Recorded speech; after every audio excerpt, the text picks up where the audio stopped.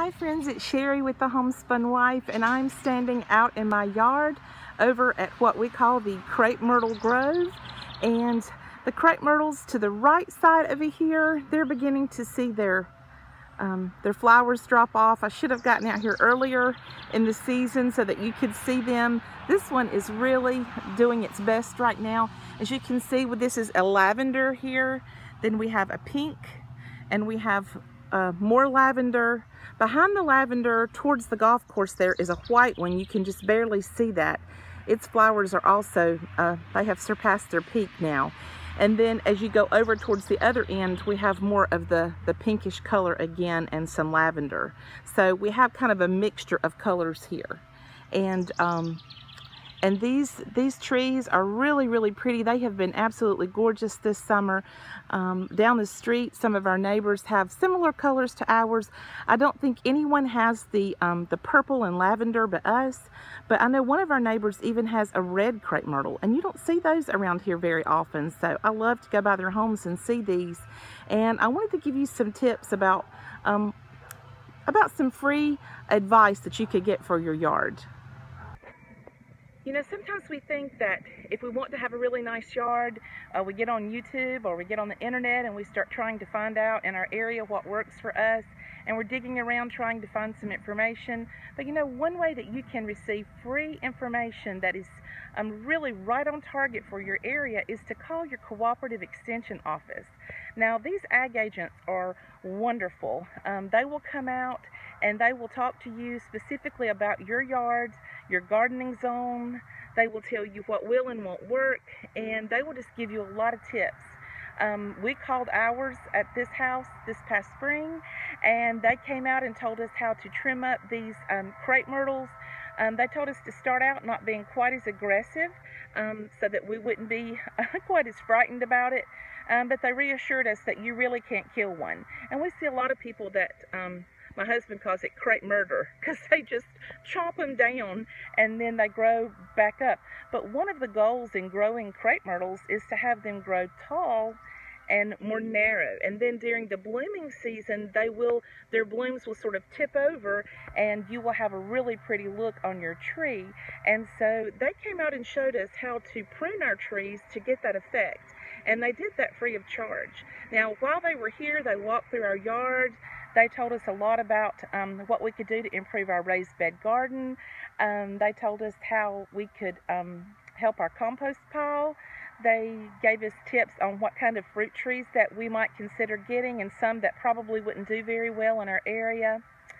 They talked to us about what would be a great place to put our honeybees, because we didn't end up getting them this spring like we thought we were, and so they're going to be coming later on. And so we were asking some advice on where would be a good spot in this area to put them. And they walked all around our yard and showed us where the best spot would probably be for them. They also, oops, sorry, I've got some traffic going by, so sometimes I may be drowned out a little bit. And they took us by our flower beds and told us about some tips, things that we could actually cut down in the spring that would grow back prettier by midsummer. I never thought about cutting back certain plants in the springtime so that they would do best in the summertime, but they just gave us a lot of tips. They stayed for over an hour at our house and walked all around, and it was perfectly free advice and counsel that was individualized for us and for our property. And so if you were thinking, I would really like to know if I should put this tree here, or should I put this fruit bush here, or where should I grow my grapevines, or call your cooperative extension office. Agricultural agents are there to help you. They will come and help you for free and won't charge you anything for that advice, and it is a great help. And they told us they will come anytime that we need them, just to give them a call.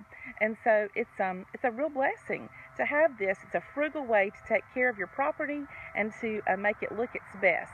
Now, before I leave you, I want to show you my view right now. We live right on the golf course, and I will just show you they're out mowing today, and it looks really pretty over there, and I thought I would just give you a look at it.